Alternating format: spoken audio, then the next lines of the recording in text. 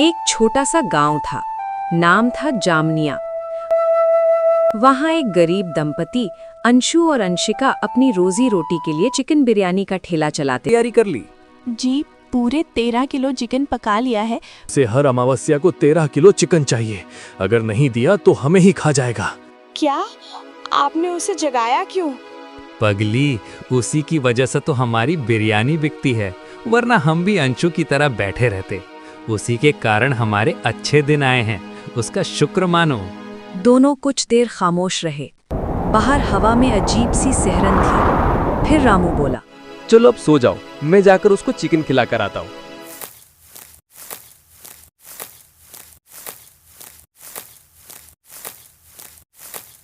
आखिर वो कौन है जो हर अमावस्या को 13 किलो चिकन मांगता है? अगली सुबह सूरज की किरणें गांव की पगडंडियों पर फैल चुकी थीं। रामू अपने ठेले को चमका रहा था। बिरयानी की खुशबू पूरे चौराहे में फैल रही थी। उसके चेहरे पर वही आत्मविश्वास था, आज फिर भीड़ लगेगी। उधर अंशु अपने ठेले पर उदास बैठा था। बर्तन सजे थे, चिकन बिरयानी तैयार थी, पर ग्राहक कोई नहीं। वो मन में बोला, कभी मेरे ठेले पर भी भीड़ रहती थी, अब तो जैसे गांव वालों को मेरा चेहरा भी नहीं दिखता। तभी गांव में शहर से आए एक दंपत्ति दाखिल हुए, मुकेश और ज्योति। उन्होंने एक गांव वाले को रोका। भाई साहब, अपने कर्म देखिए, जादू टोने पर क्यों दोष डालते हैं? इतना कहकर दोनों चले गए। पर उधर रामू ये सब दूर से देख रहा था। वो तुरंत अपना ठेला समेटकर जंगल की ओर निकल गया। अंधेरा गिरने लगा था।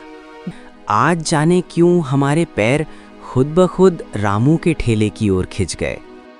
अरे नहीं बाबूजी, कुछ अजीब नहीं, रामू की बिरयानी का स्वाद ही ऐसा है। पर दोनों के मन में एक ही सवाल गूंज रहा था, क्या सचमुच स्वाद खींचता है या फिर रामू का कोई रहस्यमयी राज? शाम का समय था। अंशु अपने घर में बैठा था कि तभी दरवाजे पर दस्तक हुई। सामने मुकेश और ज्योति खड़े थे। अंशु जी, जो आपने कहा था, लगता है वो सब सच है। अब यकीन हो गया है। आज जो हमने देखा उसके बाद। क्या देखा आपने? हमने रामू को जंगल की तरफ जाते देखा। एक थैली में कुछ था। तो फिर देर किस बात की? चलो आज उस जादू का पर्दा फाड़ ही देते हैं। तीनों जंगल की ओर निकल पड़े। हवा ठंडी थी, पेड़ झूम रहे थे और चारों तरफ रहस्यमय सन्नाटा था। ये कैसी गंध है? चिकन की खुशबू जैसी। लगता है रामू ही चिकन लाया होगा। कुछ दूर जाकर एक पुरानी गुफा दिखाई दी। भीतर से मंत्रों की आवाज आ रही थी। ये आवाज रामू की लग रही है। मुझे डर लग रहा है, वापस चलें? नहीं, अब पीछे नहीं हटेंगे। तीनों गुफा के अंदर गए। उस रात के बाद अंशु, मुकेश और ज्योति को किसी ने फिर कभी नहीं देखा। कहते हैं तीनों उसी गुफा में कैद हो गए। क्या अंशु, मुकेश और ज्योति वापस आएंगे?